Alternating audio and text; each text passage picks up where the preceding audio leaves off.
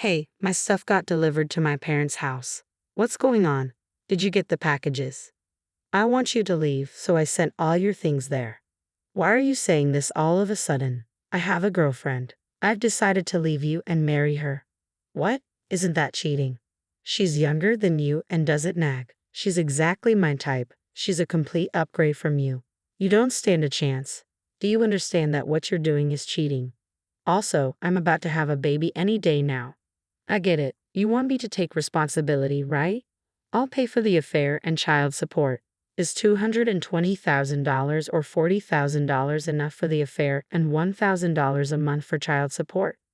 While I was at my parents' house to give birth, my husband sent my stuff there. He didn't even try to hide his affair. For my high-income, elite husband, paying for the affair and child support isn't a big deal as long as he can marry his girlfriend. I'll give you more details later. I'll keep the house and live there with her.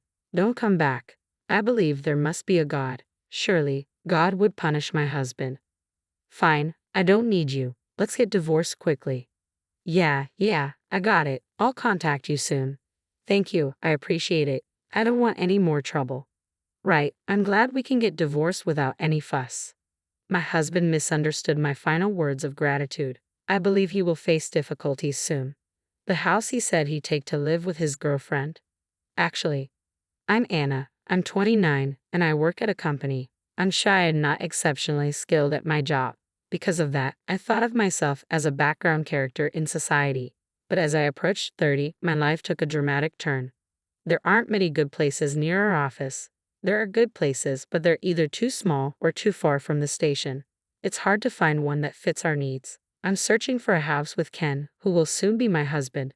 We pore over materials from real estate agents and online listings, struggling to find the right place. Even though it's a hassle, I secretly enjoy looking for a house while snuggled up next to Ken. I always try hard to look seriously worried instead of letting my happiness show on my face. I'm at the peak of happiness. I'll give you more details later. I'll keep the house and live there with her. Don't come back. I believe there must be a God. Surely, God would punish my husband. Fine, I don't need you. Let's get divorced quickly. Yeah, I got it. I'll contact you soon. Thank you, I appreciate it. I don't want any more trouble. Right? I'm glad we can get divorced without any fuss.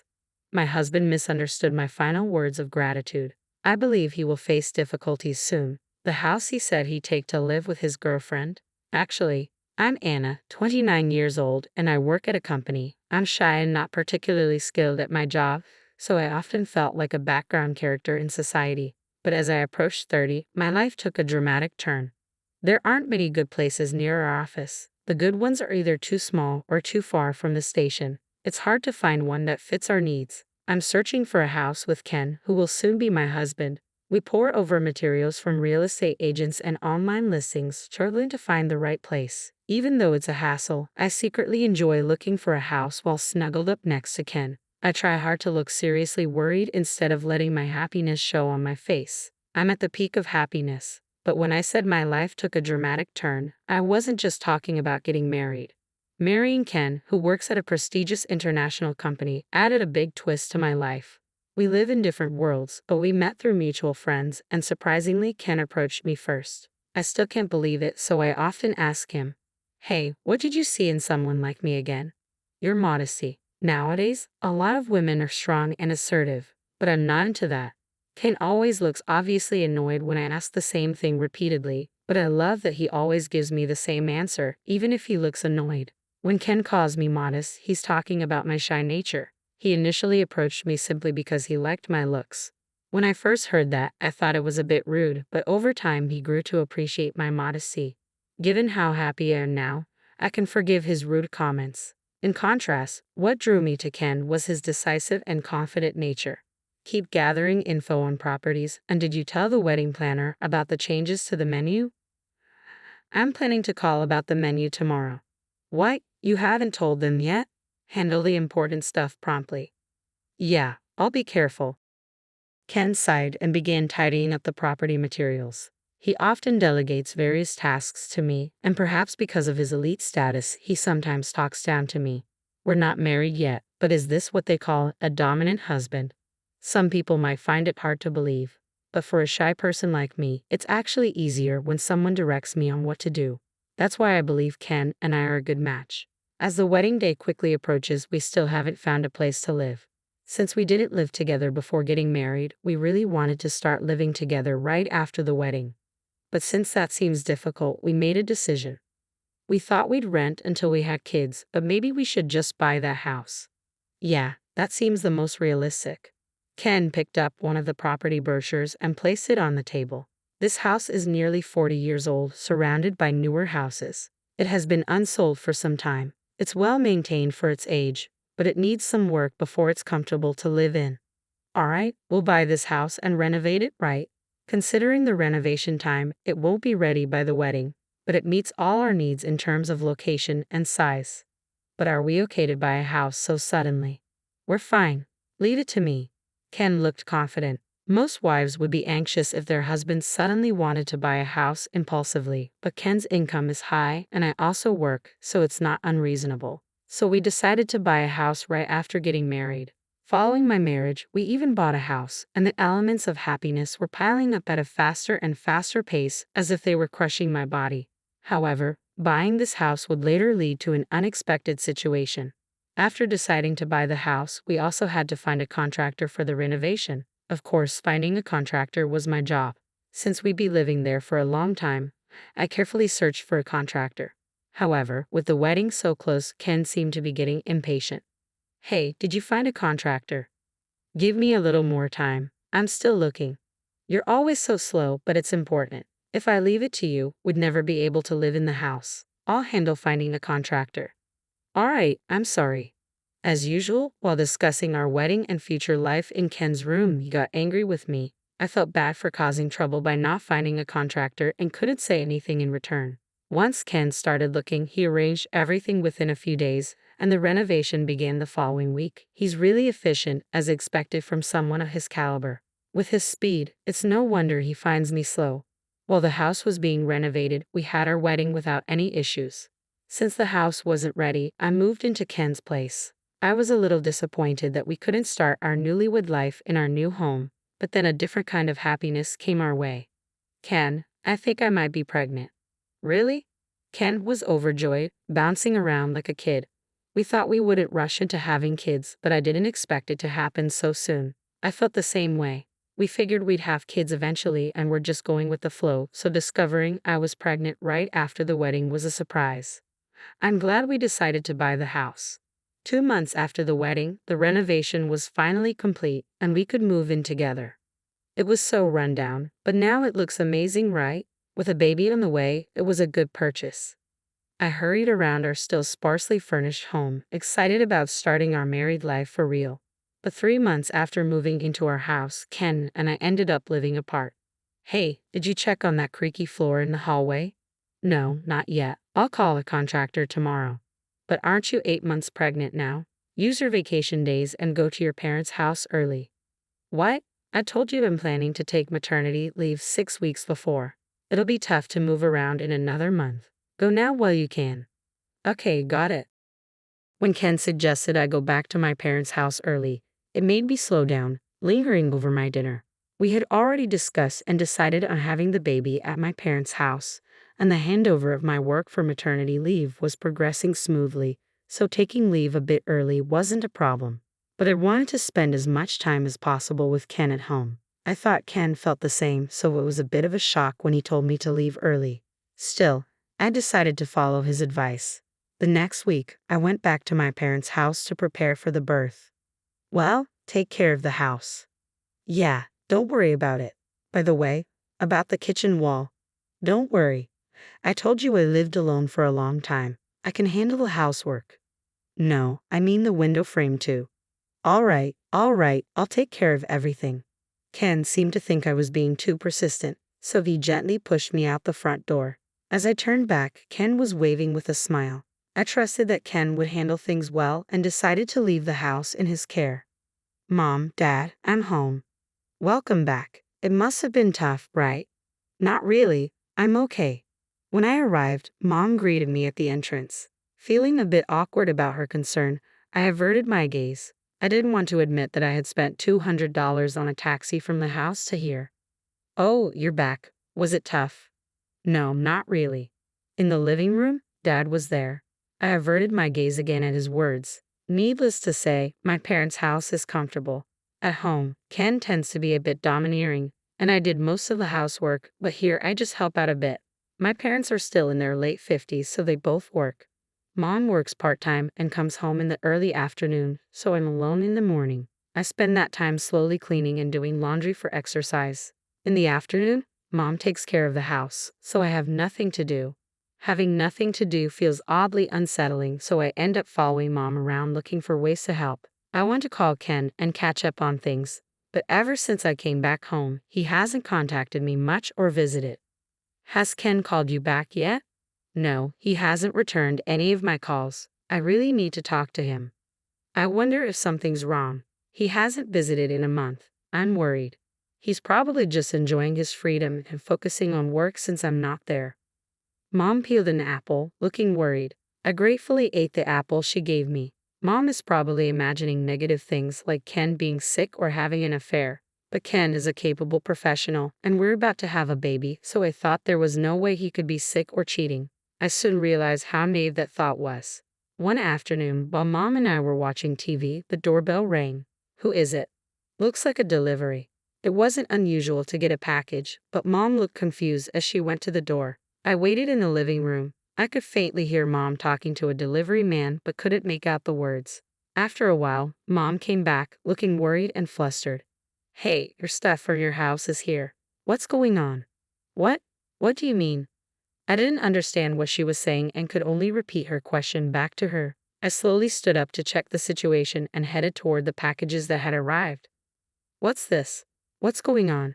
When I stepped outside, there was a moving truck loaded with boxes. I opened one of the boxes and found my clothes inside. I opened another box, and it also contained my clothes. It looked like all the boxes were filled with my belongings from our house. I didn't understand the situation, but since the packages had arrived, I had no choice but to accept them. We pushed all the boxes into an empty room at my parents' house. The room was completely filled with boxes. After seeing the movers off, I called Ken in front of the delivered packages. I didn't expect him to answer, as he usually didn't, but this time he picked up right away. Hey, my stuff was delivered to my parents' house. What's going on? Did the packages arrive? I decided I want you out of the house, so I sent all your stuff there. What? Why are you saying this all of a sudden? Well, I have a girlfriend. I decided to leave you and marry her. What? He called her his girlfriend, but that meant he was cheating, openly declaring it to me, his wife. I couldn't comprehend what he was saying, and I started feeling dizzy. Isn't that cheating? Well, yeah, I guess. We started dating before the wedding. Guys can get cold feet too, you know. She was kind to me when I was struggling, and we started seeing each other. I couldn't call off the wedding, so I married you, but I couldn't give her up. When I lived with her in her house this past month, I realized she's better than you, so I decided to divorce you. Living with her? You mean she's been staying in our house for the past month? Calling her a mistress is disrespectful. She's my fiancée now. She's a mistress because I'm still here. My vision, which had been spinning, suddenly cleared, and I found myself yelling at Ken. My mom, who was listening to the call, looked extremely worried when she heard the word cheating. Not wanting to upset her any further, I forced myself to calm down. You told me to go back to my parents' house early so you could live with her, right? That's right. She's younger than you, not as slow, and exactly my type. She's a complete upgrade from you. You don't stand a chance. Do you understand that what you're doing is cheating? And I'm about to have a baby any day now. I get it. You want me to take responsibility, right? I'll pay for the affair and child support. Is $20,000 or $40,000 for the affair and $1,000 a month for child support enough? Even over the phone, I could imagine the smug look on Ken's face. Ken is an elite and high-income earner. Paying for the affair and child support probably didn't seem like much to him if it meant he could marry his girlfriend. In contrast, I'm a nobody. There's no way I could stop Ken from divorcing me for her, so I had no choice but to accept the divorce. As much as I wanted to refuse the alimony and child support out of pride, as a regular employee, I needed the money. It was a bitter pill to swallow. I gripped my phone tightly out of frustration and shame. That's the deal. The divorce is final, and I'll give you more details later. I'm keeping the house and living there with her, so don't come back. I thought to myself that there must be a God, and surely God would punish Ken. Fine, I don't want anything to do with you. Let's get divorced quickly. Yeah, I got it. I'll contact you soon. Thanks, that helps. I don't want any more trouble. Right, I'm glad we can get divorced without any fuss. After hanging up, Mom looked at me with concern. I smiled to reassure her. Ken misunderstood my final words of gratitude. I believed that he would face some trouble soon. 3 months later, I gave birth to a healthy baby girl named Maya and was still at my parents' house. She was so adorable that I couldn't bear to be apart from her, even though I needed to start looking for a place before my maternity leave ended. The divorce was finalized, and Ken agreed to pay for the affair and child support. I had no lingering feelings for my ex-husband. In fact, I felt refreshed after the divorce. Since we already settled everything, I thought I'd never have to deal with him again. But suddenly, he called me. He must have finally realized the situation. Hey, what's going on? What do you mean? The house. You mentioned something about the floors and walls, didn't you? Did you know about this? Yes, I knew. You hired a shady contractor for the renovation. Why didn't you tell me? I tried to, but you never returned my calls because you were too busy having fun with your girlfriend. Besides, I told you about the creaky floors before I left for my parents' house and asked you to check it out, but you were too focused on getting me out of the house quickly to listen seriously. Ken thought I was too slow in finding a contractor, so he took over the task. When he started looking, he quickly found someone and began the renovations. I was impressed with how efficient he was, but it turns out he chose the contractor based solely on price without checking reviews or reputation. So he ended up hiring a shady contractor. After living in the house for just 3 months, I noticed the floors creaking, cracks in the kitchen wall, and screws missing from the window frames. After moving back to my parents' house, I looked into the contractor and found out they were scammers. I tried to contact Ken to tell him, but he never returned my calls, and we ended up getting divorced before I could tell him.